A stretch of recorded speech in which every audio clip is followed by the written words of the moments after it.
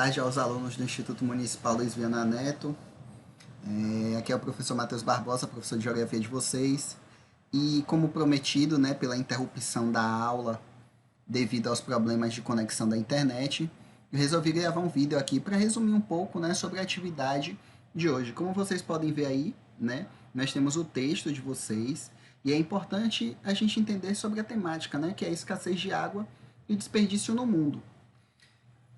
Uma das coisas que eu conversava com vocês na aula é que os problemas ambientais eles estão globalizados. E aí eu falava do caso da Amazônia, por exemplo. Né? O desmatamento na Amazônia ele pode gerar problemas relacionados ao clima, à mudança do regime de chuvas. Então, o mundo, desde a década de 1970, né, ele começa a se organizar, os diversos países eles começam a se organizar para discutir sobre os problemas do meio ambiente. E aí nós vamos ter em diferentes momentos, né, nós vamos ter diversas reuniões de países para tentar solucionar ou trazer debates e para pensar soluções para as questões ambientais, né, para os problemas ambientais. E aí, uma das primeiras preocupações aconteceram lá já na década de 1970, né, em que ocorreu a Conferência de Estocolmo, como vocês podem ver aí na atividade de vocês. Né, a Conferência de Estocolmo aconteceu na Suécia em 1972, e aí foi a primeira conferência a tratar, né, dos assuntos referentes aos problemas ambientais no mundo. Né? Antigamente, antes dessa conferência, o que é que fazia? Cada país ele tratava dos seus problemas especificamente. Mas hoje, como alguns problemas eles são globais, né?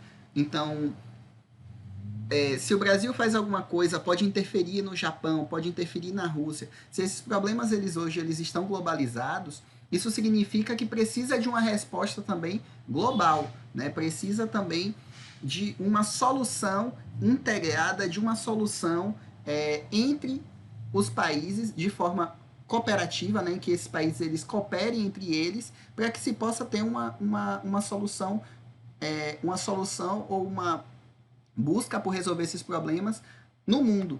E aí a Conferência de Estocolmo foi a primeira conferência para debater sobre o meio ambiente, né, sobre como as grandes empresas, como os países eles estavam poluindo e consumindo recursos naturais demais, né?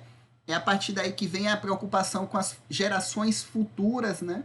Já que a gente está usando muitos recursos, como é que ficarão as gerações futuras? Será que elas vão ter direito à água? Será que elas vão ter direito a produzir também os bens necessários para a sua sobrevivência? Será que a gente vai deixar a natureza suficiente para que as pessoas possam sobreviver depois?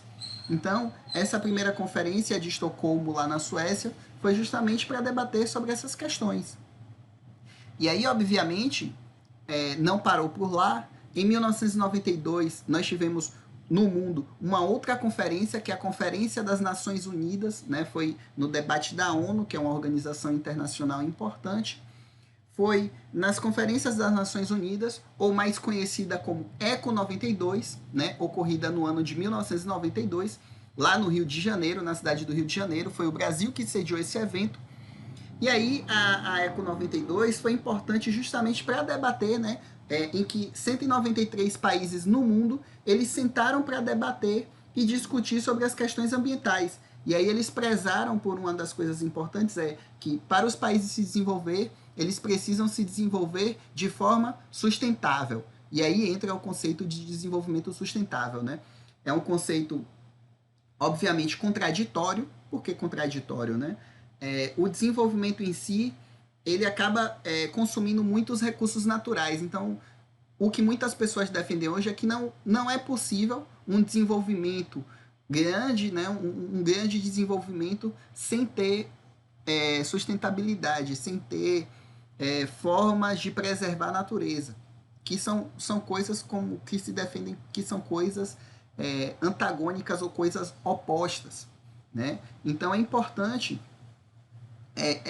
a conferência da ECO 92 lá no Rio de Janeiro, ela é importante justamente, né, para que os países eles busquem formas de se desenvolver, mas que não agridam tanto o meio ambiente, que seja que coopere, né, principalmente para reduzir e para combater a pobreza, para que pessoas tenham acesso também, né, a um pouco a forma de viver mais tranquilo, de poder sair da pobreza, de ter alimentação, de viver uma vida digna. E uma coisa muito importante também da Eco 92 foi o combate ao desmatamento, né? Que a gente sabe que nós temos algumas florestas tropicais no mundo que sofrem muito com desmatamento. E a Amazônia, nesse período, como hoje ainda continua, né, um foco de desmatamento muito alto. E a Amazônia é um bioma hoje, né, uma das florestas que tem uma importância mundial muito grande.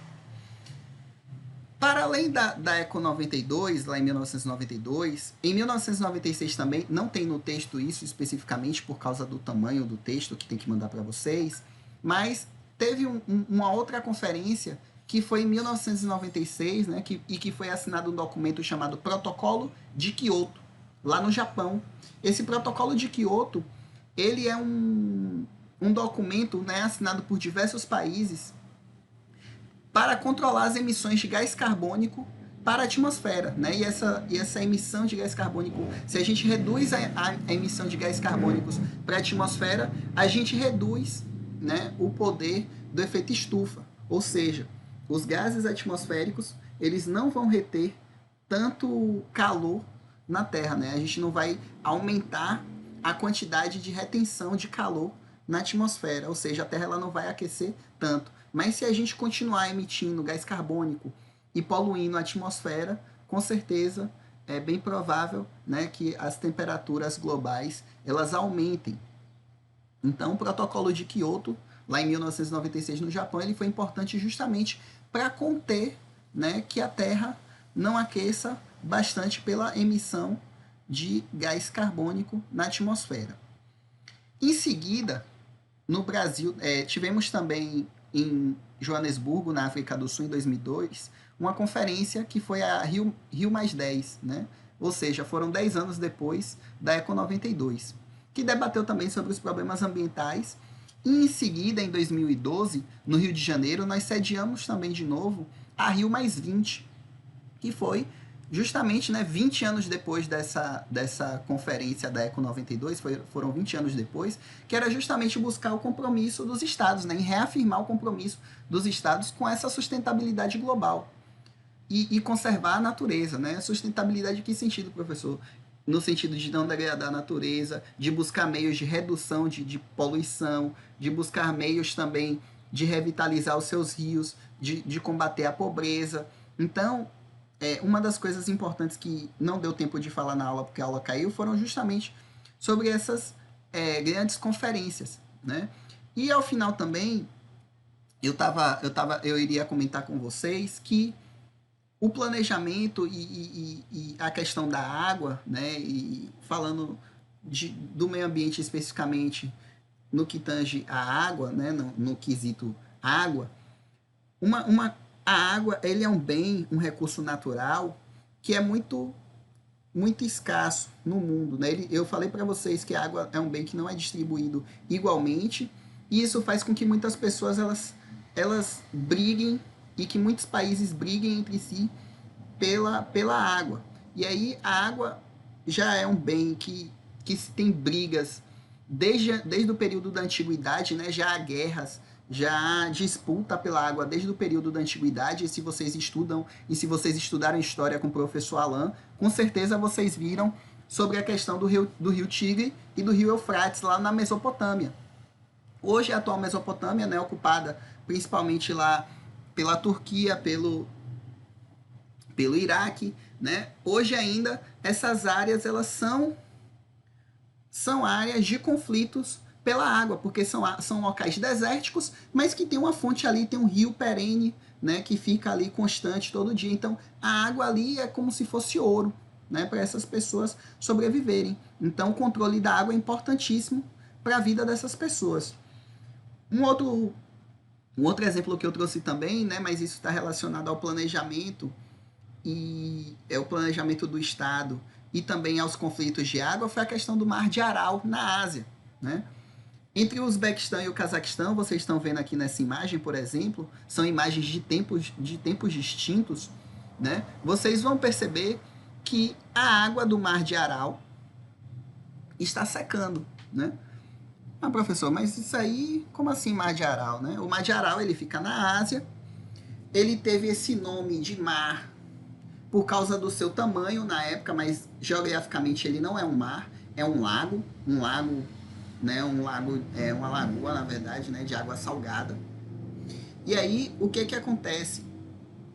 Existiam dois rios que eles corriam diretamente e desembocavam no mar. Eram esses dois rios responsáveis por desembocar no mar e alimentar esse mar de Aral. O que é que aconteceu?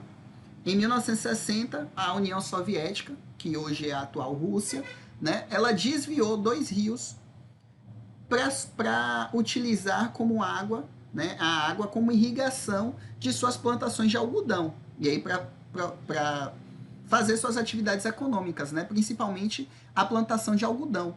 E aí o que é que aconteceu? O Mar de Aral está secando, como vocês podem ver aí, né, na última imagem, vocês podem visualizar que o Mar de Aral está sumindo, justamente pelo desvio, né? E aí morreu plantas, morreram também animais, E por fim, para finalizar, né, a temática da aula, que faltavam 15 minutos finais, é importante que vocês pensem, né, os dados de hoje é que como essa distribuição de água ela é desigual no mundo, existem hoje, né, os dados da ONU mostram que 785 milhões de pessoas ainda não têm acesso à água potável, né? Elas não têm um lugar, uma fonte que elas possam retirar água. E 144 milhões de pessoas elas ainda coletam água diretamente dos rios sem um tratamento básico, né? sem os produtos químicos que são necessários para tirar as doenças da água, né? Às vezes a água vem com verme, vem com um monte de doenças ali, e aí que causam diarreia, que às vezes podem causar até a morte das pessoas, né? Então, a questão da água ainda é uma questão de acesso à água e também de acesso ao saneamento básico, é um problema muito grande no mundo. E aí a ideia da aula de hoje é justamente discutir isso com vocês, tá bom? Peço por vocês, para vocês que leiam a atividade, respondam a atividade, qualquer coisa vocês me perguntam, me procuram, né, nos canais apropriados, seja no WhatsApp, seja no Facebook, né, para a gente tirar as dúvidas, ok? Um grande abraço para vocês e até mais.